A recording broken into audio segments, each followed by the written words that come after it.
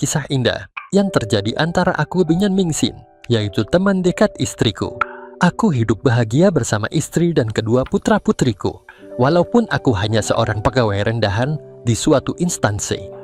Kami menempati rumah tipe 45, cicilan rumah BTN, yang kemudian direnov secara sederhana, sehingga mempunyai 3 kamar tidur yang berukuran tidak terlalu besar.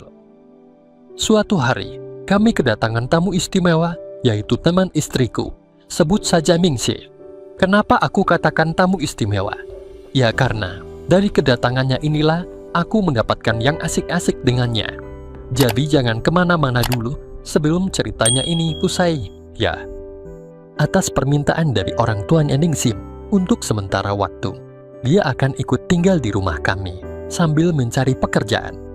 Karena memang hubungan istriku dan keluarga Ningxi ini sangat dekat. Sebelum mendapatkan pekerjaan, Ningxi mengikuti berbagai kursus, antara lain kursus bahasa Inggris, komputer, akuntansi, dan atas izin serta perintah dari istriku, aku kebagian untuk antar jemput Mingxi itu menggunakan sepeda motorku. Mungkin karena nasib yang baik atau memang wajah Ningxi yang cukup cantik dan menarik. Tidak menunggu waktu yang lama, Ningxi pun mendapatkan tawaran pekerjaan sebagai pelayan toko yang cukup munafik dengan pembagian kerja atau shift, yaitu seminggu di bagian pagi dan seminggu bagian malam. Demikian silih berganti. Kalau Ningxi kebagian kerja malam, aku bertugas untuk menjemputnya. Biasanya toko itu tutup pukul 21 dan pegawai baru bisa pulang sekitar 21.30. Perjalanan dari toko ke rumah tidak begitu jauh. Biasanya aku tempuh 30 menit dengan sepeda motorku itu. Ningxi Iming orangnya cukup super. Terkadang setiap kali diboncengan motorku. Apalagi kalau malam hari di saat pulang kerja itu, dia akan berpegangan dengan erat padaku. Mungkin juga karena hawa malam yang dingin. Entah sengaja atau tidak, pegunungan yang cukup BST itu tentu saja dengan sendirinya mengepap di panggungku. Hal ini selalu terjadi setiap kali aku menjemput Ningxi pulang kerja di malam hari. Tapi yang membuatku heran adalah kelihatannya Ningxi itu sama sekali tidak ada rasa bersalah ataupun merikuh sedikit pun setiap kali gunungan itu nempel di panggungku. Mungkin dianggapnya hal ini suatu konsekuensi logis bila sedang berguncangan naik motor. Akulah yang sering berhayal dan berimajinasi yang tidak jadinya. Seringkali dengan sengaja, motor itu aku kemudikan dengan kecepatan rendah. Kadangkala sengaja mencari jalan yang memutar, agar bisa merasakan sensasi yang ada di panggungku itu bisa lebih lama. Pada suatu malam, seperti biasanya, aku menjemput Ningxi pulang kerja. Di malam yang dingin itu, sampai di rumah sekitar jam 22.15. Dan seperti biasanya, istriku yang membukakan pintu rumah itu. Setelah membukakan pintu, istriku itu biasanya akan kembali ke kamar untuk melanjutkan tidurnya. Malam itu aku tidak langsung tidur. Aku terlebih dulu pergi ke dapur untuk memanaskan air, untuk membuat kopi. Karena aku berniat untuk menonton pertandingan sepak bola di TV. Karena malam itu, kesebelasan favoritku sedang berlaga. Di saat aku keluar dari dapur itu, secara bersamaan, Ningxi juga keluar dari dalam kamar mandi. Sehingga kami sama-sama berada di lorong depan kamar mandi itu. Entah apa yang menjadi penyebabnya, malam itu kami sama-sama berhenti dan saling pandang, serta tanpa ada sepatah kata pun yang keluar dari mulut kami masing-masing. Tiba-tiba saja, seperti ada suatu dorongan yang membuatku tiba-tiba saja merasa begitu tertarik dengan Ningxi itu, sehingga secara cepat aku tahu-tahu sudah meraihnya dan memulainya selama beberapa detik. Setelah Ningxi melarikan diri dan dengan tergesa-gesa masuk ke kamarnya, aku kembali ke ruang tengah untuk melihat pertandingan bola itu. Tapi perasaanku kacau balau. Malam itu aku jadi tidak konsen pada acara yang ada di TV. Pada saat itu, seperti ada perasaan takut yang menghantuiku. Aku merasa takut kalau Ningxi akan mengadu ke istriku. Bisa-bisa aku dan istriku terjadi masalah, gumamku dalam hati. Di saat pikiranku sedang kacau itulah, aku dikejutkan oleh suara peluit dari dapur, yang menandakan kalau air telah mendidih. Aku pun segera bergegas melangkahkan kaki ke dapur untuk membuat kopi. Kemudian aku kembali ke ruang tengah sambil membawa secangkir kopi buatanku sendiri yang nikmat itu. Tetapi lagi-lagi, tetap saja pikiranku masih cukup kacau. Kok bisa-bisanya tadi itu aku nekat melakukan itu pada Ningsih? Dalam kegalauan perasaanku di tengah malam itu, kembali aku dikejutkan dengan adanya suara lonceng yang menunjukkan pukul 23.30. Saat itu, aku langsung melihat ke arah kamar Ningsih yang lampunya masih menyala, yang menandakan kalau penghuninya itu masih belum tidur. Karena aku tahu kalau Ningsih itu selalu mematikan lampunya apabila dia tidur. Sepintas terpikirkan olehku bahwasanya aku harus memastikan bahwa Ningsih tidak marah atas ulahku yang nekat tadi itu dan berharap agar istriku jangan sampai tahu dengan apa yang aku lakukan pada temannya yang cantik tersebut. Dengan perlahan aku buka kamarku untuk melihat istriku, dan ternyata dia sudah pulas dalam tidurnya. Itu tergambar dari dengkurannya yang halus disertai helaan nafasnya yang teratur. Dengan perlahan, kembali aku tutup pintu kamarku dan secara perlahan pula aku mencoba membuka pintu kamar Ningsih. Ternyata pintunya itu tidak dikunci. Perlahan tapi pasti, pintu kamarnya itu aku buka dan aku dapati kalau Ningsih saat itu sedang duduk di atas tempat tidurnya sambil peluk bantal. Perlahan-lahan aku mendekatinya. Spontan Ningsih pun menoleh ke arahku. Aku melihat matanya yang kelihatan berkaca-kaca, sehingga membuat aku bertambah khawatir saja jadinya. Ningsih pasti marah dengan kelakuanku tadi itu, batinku. Di luar dugaan, Ningsih tiba-tiba saja berdiri dan melangkah mendekati aku, dan tiba-tiba saja merapat dengan berat sambil kembali menangis lirih. Sehingga aku tambah bingung dibuatnya saat itu. Kemudian aku memastikan apa yang terjadi sebenarnya. Dengan perlahan dan hati-hati, aku raih demikian dan menengadahkannya. "Ningsih, apa kamu marah?" Pertanyaan konyol itu tiba-tiba saja keluar dari mulutku. Tanpa kata-kata, Ningsih menjawab dengan gelengan kepalanya sambil menatapku dengan lekat. Sedetik kemudian, kami berdua pun beradu pandangan. Entah bisikan dari mana datangnya. Tiba-tiba saja secara perlahan aku segera memulai wawancara. Dan ternyata saat itu, tidak ada usaha penolakan darinya. Sehingga aku pun semakin kehilangan akal sehatku. Setelah beberapa lama, terasa ada reaksi dari Ningsih. Malam itu, Ningsih mulai meresponku dengan membalas apa yang aku tanyakan saat itu. Akhirnya apa yang kami berdua lakukan itu pun berlangsung lebih lama, dan kami saling mengeluarkan emosi yang kami sendiri tidak tahu bagaimana menggambarkannya dengan kata-kata.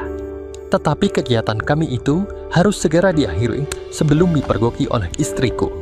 Segera saja aku keluar dari kamarnya Ningsih dan kembali ke ruang tengah untuk melanjutkan melihat sepak bola yang ternyata sudah berakhir dengan skor yang tidak aku ketahui. Akhirnya TV aku matikan. Kemudian aku masuk ke kamarku untuk pergi tidur dengan perasa yang sangat bahagia sekali di malam menjelang pagi itu. Hatiku begitu berbunga-bunga, layaknya orang yang sedang jatuh cinta.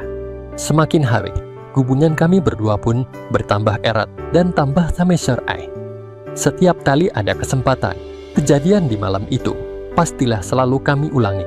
Dan tentunya, makin hari kualitasnya semakin bertambah mesra saja. Suatu hari, aku pulang kerja lebih awal dari biasanya, dan aku dapati di rumah itu hanya ada Ningsih dan pembantuku. Pembantuku itu rumahnya tidak jauh dari rumahku, jadi dia itu pagi-pagi datang ke rumahku untuk kerja, dan sore harinya dia pulang. Hari itu istriku sedang pergi dengan kedua putra-putri kami untuk berkunjung ke tempat tantenya yang katanya sedang mengadakan syukuran. Seperti biasanya, sore itu sekitar jam 16, pembantuku itu pun izin untuk pulang. Maka tinggallah kami berdua saja di rumah itu, yaitu hanya aku dengan Ningsih. Sementara itu, istri dan putra-putriku masih di rumah tantenya. Tanpa dikomando lagi, rupa-rupanya kami sama-sama memendam satu kerinduan, sehingga sepeninggal pembantuku itu dan setelah pintu depan dikunci, kami secara spontan dan sadar saling mendekat untuk selanjutnya menumpahkan perasaan masing-masing.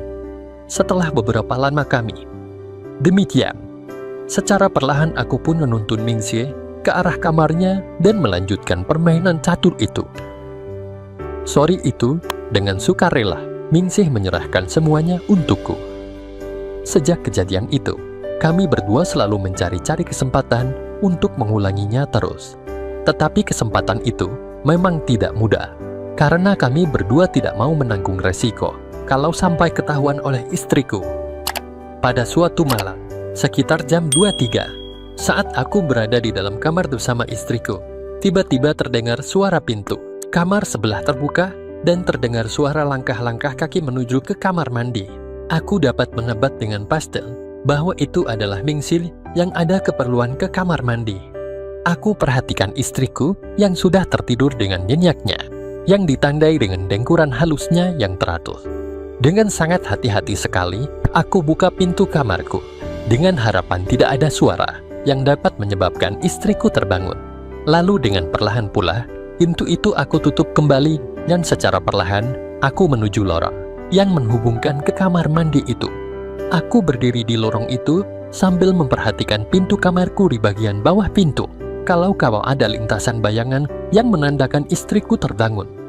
Sementara telingaku tidak lepas mendengarkan apa yang terjadi di dalam kamar mandi itu. Tidak lama kemudian, pintu kamar mandi itu pun terbuka dan benar saja dugaanku. Ningsih keluar dari kamar mandi dengan biju TDR warna kuning kesukaannya. Biju TDR yang dipakai adalah model perusahaan. "Ngapain mas, berdiri di situ?" tegur Ningsih memecah kesunyian. "Nungguin kamu sayang," jawab Puliri. Tanpa dikomando lagi, segera saja aku demikian, titik-titik koma. Tak ayal lagi, kami berdua pun kembali melepaskan kerinduan kan itu. "Mas, Ningsih mau," bisiknya lirih di telingaku. Aku maklum dengan apa yang diinginkan Ningsih malam itu. Dengan semangat, aku pun berusaha untuk semakin meningkatkan keinginan Ningsih di lorong kamar mandi itu.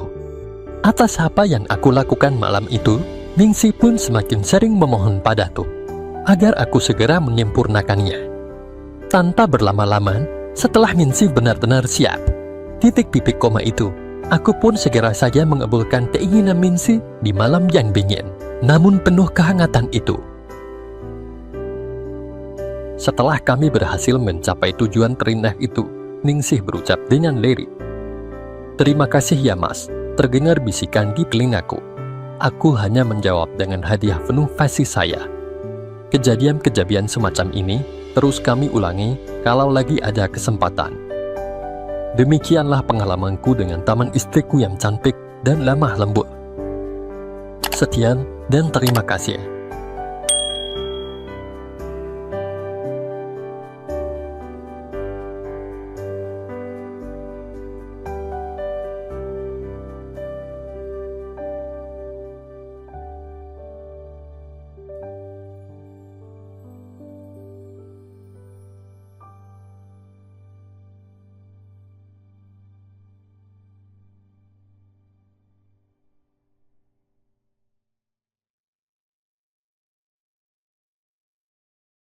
Titik, seorang wanita muda yang tinggal di sebuah perumahan yang indah namun sunyi di pinggiran kota.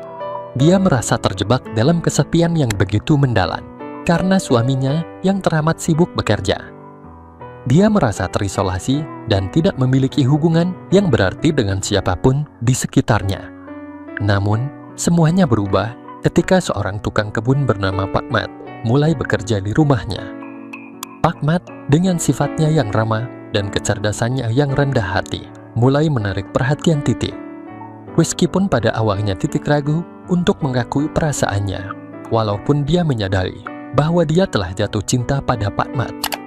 Namun, Titik merasa tidak percaya diri untuk mengungkapkan perasaannya kepada Pak Mat karena perbedaan status sosial mereka. Cerita ini mengikuti perjuangan Titik untuk melawan kesepiannya dan memperjuangkan cinta yang sebenarnya dengan sentuhan humor dan emosi. Ketika Titik yang kesepian, naksir pria tua tukang kebunnya adalah kisah tentang keberanian, penerimaan, dan keajaiban cinta yang tak terduga. Suatu hari, ketika matahari bersinar cerah di langit biru, Titik dan Pak Mat menemukan kesempatan langka untuk bersantai bersama di halaman belakang rumah. Mereka tertawa dan bercanda menikmati kehadiran satu sama lain tanpa beban. Sementara Pakmat merawat tanaman dengan keahliannya yang khas, Kintik menangkapinya dengan penuh kekaguman. Mereka berbagi cerita tentang kehidupan mereka, mimpi dan harapan masa depan. Waktu terasa berjalan lambat dan mereka merasa seperti tidak ingin momen ini berakhir. Mereka saling berpandangan, merasakan kehangatan dan koneksi tak terungkapkan di antara mereka. Di antara kesepian dan kebisingan dunia, mereka menemukan ketenangan satu sama lain. Itulah awal dari petualangan baru dalam hidup mereka, di mana kebersamaan dan cinta tumbuh subur di antara mereka. Dan inilah kisah selengkapnya.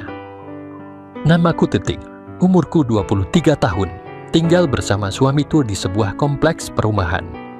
Tapi karena kesibukannya, suamiku sering tidak di rumah.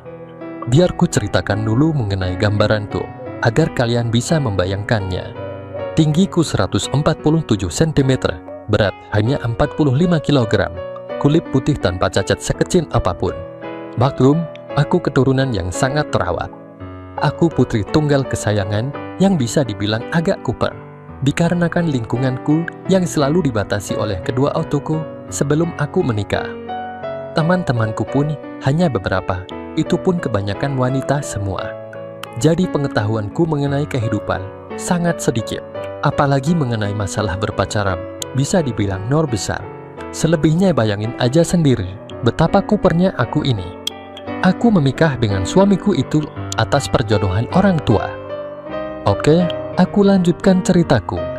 Di rumahku yang lumayan besar itu, hanya ada aku dan pembantuku jika suamiku sedang pergi bekerja. Yang satu orang adalah pembantu rumah tangga, orangnya udah tua banget. Dan seorang lagi adalah tukang kebunku, yang sudah tua juga. Tukang kebunku itu bernama Pakmat. Pada suatu hari, aku pulang dari makan di restoran langgananku. Suamiku sedang ada tugas ke luar negeri untuk waktu yang tidak tentu. Pembantuku juga sedang izin untuk menengok saudaranya selama 1 hari. Jadilah aku dan Pakmat berdua saja di rumah itu. Selesai berganti PJ, aku duduk di halaman belakang yang luas. Di sana aku lihat Pakmat sedang menyirami kebun. Iseng-iseng aku berjalan di dekat Pakmat, dan dengan iseng aku candain dia dengan menginjak selang airnya. Merasa bingung karena airnya tidak keluar, dia pun spontan melihat ke belakang, dan ketahuan bahwa selang airnya sedang aku injak. Setelah injakan aku lepas, Pakmat mengarahkan air yang telah menyembur lagi itu ke arahku sambil ketawa-tawa. Tapi apa yang terjadi? Air itu membasahi tausku, kontan saja keindahan yang selama ini hanya untuk suamiku itu pun terlihat jelas olehnya. Entah bagaimana mulanya, tahu-tahu Pakmat telah mendekatiku dan langsung memulainya. Aku hanya bisa diam dan bengong, karena aku tidak pernah diperlakukan seperti itu sebelumnya, selain oleh suamiku. "Nal, mau nggak Pakmat berikan sesuatu?" Pakmat berkata. "Mau kasih apa sih, Pal?" tanya Kunubu. Tanpa banyak bicara lagi, Pakmat mengajakku ke kamarnya yang ada di ujung halaman belakang rumahku yang besar itu. Memang hangar untuk pegawai kami ada di ujung rumahku. Setelah masuk ke kamarnya, dengan segera Pakmat menutup pintunya lalu dikuncinya dari dalam. Selanjutnya, tanpa keraguan sedikit pun, dia pun langsung mempersiapkan dirinya. Aku yang melihatnya hanya diam saja sambil memperhatikan dengan seksama. Aku sama sekali tidak mengerti bahwa saat itu aku akan mendapatkan pengalaman yang tak akan terlupakan selama hidupku. Jujur saja, saat aku melihat apa yang ada, dan ternyata berbeda jauh dari yang aku lihat pada suamiku. Karena Pakmat ini orang Jawa, kontan saja aku pun jadi terkesima. Pakmat kemudian mendekat dan berkata, "Nal, non pernah makan permen kah? Coba sekarang non lakukan seperti itu." Ketika itu Pakmat berdiri di samping tempat tidurnya, sedangkan aku duduk di samping tempat tidurnya. Dengan mengikuti petunjuk darinya, aku pun memulainya. Karena selama menikah dengan suamiku, aku belum pernah yang seperti itu. Ternyata setelah aku mengikuti arahan Pakmat itu, aku merasa mendapatkan sebuah perasaan yang luar biasa. Sehingga aku pun semakin bersemangat jadinya. Dengan apa yang aku lakukan sesuai dengan arahannya itu, semakin lama Pakmat semakin sering berkata, "Aduh." Aku yang heran pun bertanya, Kenapa Pak? Sakit ya? Maafkan aku ya Pak. Nggak Kak Okanon, ujarnya dan terus memberikan semangat padaku untuk melanjutkan pekerjaan itu. Aku benar-benar mulai menyukai arahan dari Pak Mat itu. Beberapa lama kemudian, gantian Pak Mat yang mengambil alih pekerjaanku itu. Dan disinilah, aku kembali mendapatkan pengalaman baru yang selama ini belum pernah dilakukan suamiku padaku. Dalam hati aku memuji, betapa Pak Mat itu ternyata sangat pandai dalam hal itu. Sekitar 20 menit berlalu, sepertinya Pak Mat sudah mau mengajakku ke sesi yang paling aku tunggu-tunggu sedari tadi. Setelah oposisinya sudah hampir pas, Pak Mat berkata, "Non, bolehkah Bapak lakukan sekarang?" Aku yang sudah sangat terbawa suasana pun hanya mengangguk. Pada saat Pak Mat benar-benar melakukannya, lagi-lagi aku mendapatkan satu pengalaman yang jauh berbeda dikala aku tengah melakukannya dengan suamiku. Mungkin inilah bedanya orang Jawa dengan suamiku. Kalau saja ada yang melihat kejadian itu, pasti mereka bakal mengira bahwa aku terpaksa. Karena kalau dilihat fisiknya, aku lebih cocok jadi putrinya. Pak Mat yang umurnya sudah 55 tahun, sedangkan umurku baru 23 tahun. Sungguh perpaduan yang sangat berbeda. Tapi bila dilihat lebih dekat, ternyata si orang tua itu tidaklah memaksaku. Karena dengan sukacita, aku menyambut baik apa yang diberikannya itu. Selang beberapa saat, Pak Mat mengajak berubah oposisi, aku pun menurutinya saja. Sungguh menyenangkan sekali ternyata melakukannya dengan berbagai cara bersama Pak Mat ini. Berbeda sekali dengan suamiku, yang hanya tahu satu cara saja, pikirku. Aku tahu bahwa Pak Mat itu telah hidup tanpa seorang istri selama 7 tahun, karena istrinya meninggal. Pantas saja kalau dia begitu bersemangat saat melakukannya. Kalian pasti tidak tahu bagaimana senangnya aku pada saat itu, karena aku telah mencapainya sebanyak 4 kali. Tapi Pak Mat tidak mau tahu, dia tetap saja meneruskan pekerjaannya itu, karena dia belum sekalipun mendapatkannya. Tetapi kurang dari 15 menit kemudian, tiba-tiba Pak Mat menariknya. Dan itulah pertanda kalau dia akan memperoleh apa yang selama 7 tahun itu tidak dia dapatkan lagi. Setelah istirahat beberapa menit, Pak Mat bertanya padaku, "Gimana Non? Nam suka kan?" "Suka sekali Pap. Apa yang aku dapatkan ini tak dapat dilukiskan dengan kata-kata," sahut Pue. "Kapan-kapan lagi ya Pak, boleh kan?" tanyaku. Mendengar pertanyaanku itu, Pak Mat tampak terkejut. "Wah, Non mau lagi ya? Boleh, boleh. Kapan saja Non perlu itu, panggil saja Pak Mat," sahutnya bersemangat. Setelah berbenar, aku kembali ke kamarku, dan tak lama kemudian aku pun tertidur. Setelah kejadian yang sangat menyenangkan di hari itu, setiap ada kesempatan aku sering mengulangnya dengan Pak Mat.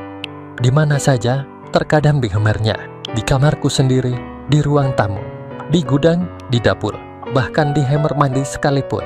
Pokoknya di mana saja, di mana ada kesempatan, Pak Mat tidak pernah menyia-nyiakannya. Sedangkan aku semakin lama juga semakin keterusan, sehingga kalau suamiku ada kerjaan di luar kota ataupun luar negeri yang cukup lama, aku malahan merasa senang. Untunglah selama ini Pak Mat tidak pernah sekalipun melepasnya di DLM, sehingga aku tidak sampai mengalami hakimi. Kalau sampai aku hakimi dan ternyata mirip dengan Pak Mat, apa kata dunia? Demikianlah pengalaman indah yang aku alami dengan Pak Mat tukang kebunku, yang sudah tua, tetapi begitu banyak pengalamannya. Sekian dan terima kasih.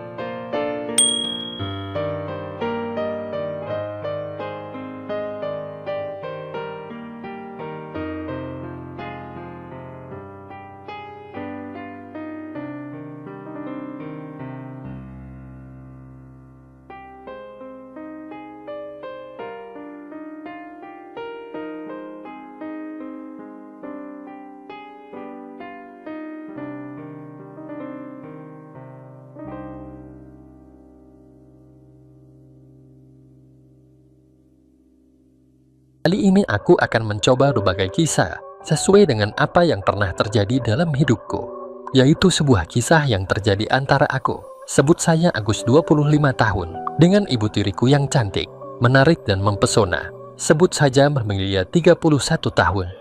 Suatu sore saat itu di rumah hanya kami bertiga. Saat itu ayahku sedang asyik menonton TV. Sedangkan aku lagi asik berselancar ria di media sosial di lantai 2. Karena merasa bosan, aku kemudian memutuskan untuk turun lewat tangga sebelah yang langsung melewati jendela kamar ibu tiriku yang kebetulan tanpa korden. Karena tangga itu memang jarang digunakan untuk lewat, jadi mungkin ayahku itu sengaja tidak memasang korden. Aku berjalan pelan-pelan sambil baca-baca SMS. Alangkah kagetnya aku, dan seketika itu pula aku pun terpana karena aku melihat Mamilia yang cantik itu sedang dalam keadaan yang begitu indah ya di dalam kamarnya, sambil memilih-milih aksesoris penunjang dan baju yang akan dikenakannya. Sepertinya Mamilia itu baru saja selesai mandi. Spontan saja aku segera cari tempat yang aman untuk dapat terus melihat apa yang terlihat jelas di depanku itu. Tak ayal apa yang aku lihat itu pun mampu membuat keinginanku pun timbul. Setelah kejadian yang tak sengaja itu, aku jadi sering curi-curi kesempatan dengan mengintainya saat dia sedang membel, maupun saat berganti. Kebiasaan ini pun membuatku keterusan. Sampai akhirnya aku memutuskan untuk membeli kamera pengintai yang berbentuk jam dan kancing DJI buat ditaruh di kamar mandi. Suatu saat, ada saudara di luar kota yang menikah. Karena tak bisa cuti, aku tidak ikut. Begitu pula mami tiriku itu tidak bisa ikut. Sehingga akhirnya, yang pergi hanya ayahku saja. Alhasil di rumah itu pun hanya tinggal aku dan Mamilia, dan itu untuk selama 4 hari. Hari pertama, pikiran isengku untuk dapat kesempatan untuk bisa melakukannya dengan ibu tiriku yang cantik itu pun timbul. Sempat terpikir olehku untuk beli obat yang bisa membuat orang menjadi tertidur. Tentunya ya buat ibu tiriku itu, agar dia tertidur dengan pulas, sehingga aku bisa bebas melakukan apa yang aku inginkan padanya. Tapi aku tidak tahu belinya di mana dan juga namanya apa. Pulang kantor aku pun mencoba mampir ke sebuah apotek, tapi penjualnya malah bilang kalau harus pakai resep dokter segala, karena apa yang akan aku beli itu tidak dijual bebas. Dengan sedikit kecewa, akhirnya aku urungkan niatku itu. Kemudian aku pun melanjutkan perjalanan pulang ke rumah. Saat jalan agak sedikit macet, aku lihat di pinggir jalan ada toko jamu yang menjual jamu khusus pria. Spontan aku minggir dan menuju ke toko itu. Setelah tanya-tanya, akhirnya aku beli juga. Tetapi setelah sampai di rumah, aku jadi malah bingung sendiri. Kapan aku akan memberikan jamu yang aku beli tadi itu pada Mamilia? Hingga akhirnya aku pun tertidur. Jam 7 malam ibu tiriku membangunkanku untuk makan malam. Setelah makan malam, kemudian aku pun memutuskan untuk pergi mandi. Saat itu, aku masih terus memikirkan bagaimana caranya aku untuk melancarkan rencanaku itu pada ibu tiriku. Sampai tak terasa, waktu sudah menunjukkan pukul 11 malam. Saat itu aku lagi asik nonton film di kamarku. Film kedua pun segera aku putar. Saat sedang asik-asiknya, tiba-tiba pintuku diketuk olehnya dari luar dengan suara ibu tiriku yang memanggilku dengan panik. "Agus, cepat buka pintunya," panggilnya. Karena kaget, aku pun segera membuka pintu kamarku, dan anehnya ibu tiriku langsung menempel saja ketika pintu itu sudah terbuka. Dengan wajah pucat dan nada bicara gemetuan, selanjutnya dia menceritakan kalau di tangga sebelah kamarnya seperti ada suara orang yang sedang berjalan. Segera saja aku tenangkan dia, serta menyuruhnya duduk di kasurku. Aku pun segera melihat ke tangga itu. Apa benar ada orang seperti yang diceritakan oleh ibu tiriku itu?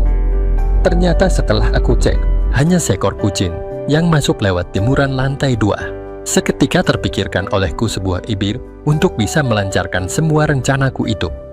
Aku kembali ke kamarku dan mengambil obat yang ada di dalam tasku. Dengan berdalih mencari senta, aku pun pura-pura kembali buat mengeceknya lagi. Aku pun mengambil segelas air putih dan aku masukkan obat itu. Kemudian aku bawa dan memberikannya pada ibu tiriku.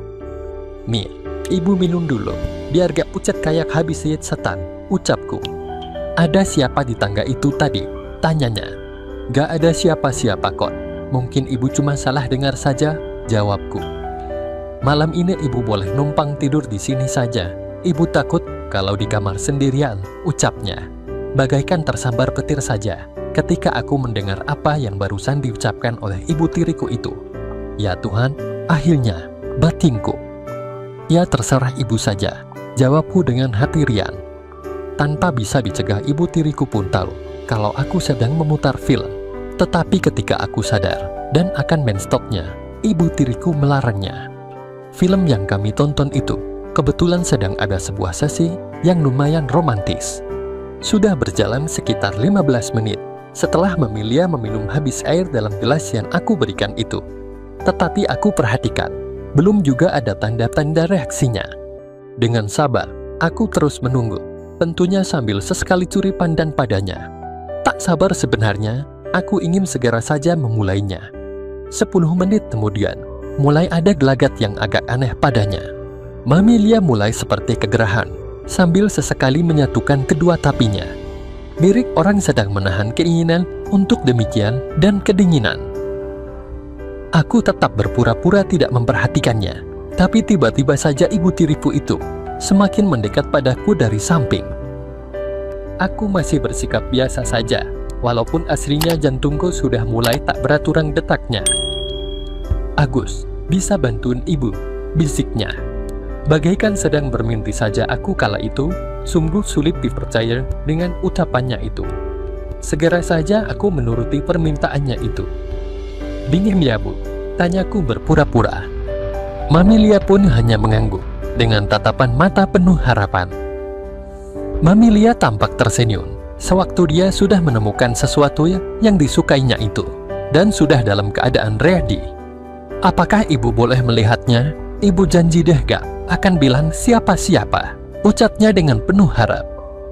Aku pun bertanya balik, "Kalau aku izinin, apa nantinya aku juga boleh lihat?" Dengan semangat, Mamilia mengangguk. Selanjutnya tanpa keraguan dan malu-malu lagi, aku dan Mamilia pun perlahan tapi pasti segera memulainya. Malam itu aku pun berhasil mendapatkan apa yang aku inginkan itu dari ibu tiriku berulang kali. Selanjutnya, setelah kami merasa benar-benar lelah, kami pun tertidur sampai pagi. Semenjak kejadian malam itu, ternyata ibu tiriku itu keterusan, dan aku jadi tahu kalau ternyata ayahku tidak pernah bisa membuatnya senang selama melakukan dengannya. Dan sampai saat ini, kami pun sering mengulanginya. Suatu hari, saat itu aku lagi ada tugas di luar kota selama 3 hari. Daripada aku galau dan jajan di luar yang kagak jelas asal-usulnya, aku pun berinisiatif mengajak Mamilia, tentu saja tanpa sepengetahuan ayahku. Ibu tiriku itu juga beralasan ada tugas keluar kota beberapa hari pada ayahku. Kami pun janjian di tempat yang telah disepakati. Selanjutnya kami pun berangkat ke kota tujuan. Selama di perjalanan, kami bagaikan sepasang kekasih yang benar-benar saling mencintai. Bahkan dengan nekatnya ibu tiriku itu, ketika di jalan yang lumayan sepi melakukan sesuatu yang membuatku sampai kagak konsen pada saat nyetir mobilku. Aku pun langsung menepikan mobilku untuk memberikan kesempatan itu padanya. Sesampainya di hotel tujuan, aku pesan makanan buat diantar ke kamar kami. Setelah makan dan manggil, kita pun beristirahat sejenak sambil nonton TV. Tiba-tiba saja ada WA masuk. Ternyata Aldo menanyakan aku menginap di hotel mana. Karena kebetulan dia juga lagi di kota yang sama denganku. Setelah aku kasih tahu, dia pun mengajak ketemuan di lobi hotel. 45 menit setelahnya, kami pun bertemu. "Lagi apa lu bro?" tanyanya. "Lagi nemenin ibu tiriku di kamar," jawabku santai. "Wow, asik tuh, boleh ikutan?" sahutnya dengan cengar-cengir. "Ntar aku kasih 3 juta deh." "Gimana bro?" desaknya. "Gimana ya, tapi tetap seperti planning yang kemarin ya. Kamu jangan langsung masuk," ucapku. "Siap my bro, you memang teman yang paling oke," sahutnya dengan riang. "Gini saja bro, daripada lu bayar, gimana kalau aku lu izinin juga sama tante lu? Dia kan masih muda bro, om lu juga jarang pulang," ujarku. "Deal deh, lagian aku juga sering sama tante gue itu kok," jawabnya santai. Kami pun segera ke kamar hotel di mana ibu tiriku berada. Saat aku masuk, aku lihat Mamilia lagi di kamar Mamhiul. Aldo segera aku suruh ngumpet dulu. Aku pun segera masuk ke kamar Mamhiul. Mamilia ternyata lagi berdendam. Sudah selesai ketemuan sama temannya sayang? Tanya Mamilia. Sudah kok, Mami masih lama kagak? Tanyaku. Bentar lagi juga sudah selesai kok, jawabnya. Aku tunggu ya, ucapku. Gak sampai 10 menit, Mamilia pun keluar dari tempat itu. Pasti si Aldo lagi melihatnya dengan penuh penasaran. Segera aku beranjak untuk menyambut ibu tiriku dan langsung saja aku memulainya. Dia pun membalasnya dengan semangat sekali. Di saat Mamilia semakin tidak karuan, segera aku memberikan kode pada si Aldo untuk keluar dari persembunyiannya. Si Aldo pun masuk dan langsung mempersiapkan dirinya. Mamilia yang lagi sibuk kuat tidak tahu dan tidak sadar kalau saat itu ada Aldo yang tampaknya sudah gak sabaran banget. "Ha, siapa kamu?" teriak ibu tiriku kaget. "Sudah deh mamiku sayang, tenang saja, itu Aldo temanku," ucapku menenangkan kepanikan Mamilia ketika itu. SHTLAH mendengar penjelasanku, akhirnya Mamilia pun menyambutnya dengan senang hati. Dan malam itu, sungguh kami bertiga mendapatkan pengalaman baru yang sangat menyenangkan. Keesokan paginya, Aldo bangunin aku. "Bro bangun, lu kagak berangkat ke kantor cabang," ucap Aldo mengingatkanku. "Oh iya, hampir lupa gue. Jam berapa nih?" tanyaku. "Jam 7 pagi bro, emang jam berapa lu berangkat?" tanyanya. "Masih jam 10 nanti bro," ucapku. "Siang ini aku mau sama ibu tiri lo ya bro. Sekalian nemenin biar kagak jenuh saat lu tinggal kerja," ucap Aldo. "Ya terserah lu saja," sahutku. "Ibu tiri lu kagak keberatan juga kok, hari ini gue temenin. Sekarang dia lagi Mamhiul," ucap Aldo. "Terserah lu saja bro, tapi jangan lupa siapin tante lu," sahutku. "Siap bro, tinggal terima beres deh," jawabnya. Aku pun segera Mamhiul saat ibu tiriku itu selesai Mamhiul. Setelah Mamhiul, aku pun segera bersiap-siap pergi ke kantor cabang. Singkat cerita, kerjaan di kantor cabang pun kelar di hari pertama. Aku segera telepon Aldo, nanyain di mana dia berada. Kalau dari suaranya, kayaknya dia tengah asik-asiknya dengan Mamilia. "Woi bro, aku mau balik ke homestay, ntar bukain pintu ya," ucapku. "Siap dam," jawabnya. Ketika aku tiba di homestay, ibu tiriku itu habis Mamhiul dan TBR dengan memakai kimono. Entah beberapa kali mereka tadi ketika aku pergi kerja. Aku pun segera telepon room service, pesan minuman dingin dan makanan.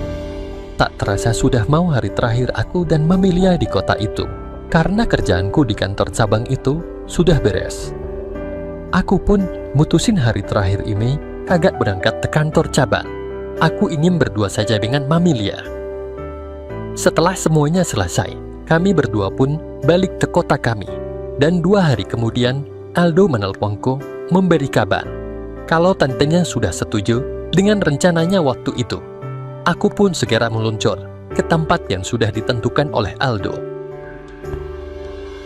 Demikianlah kisahku ini, yang semua itu berawal dari melihat sepintas keindahan dari ibu tiriku, yang ternyata semuanya berkembang sedemikian rupa.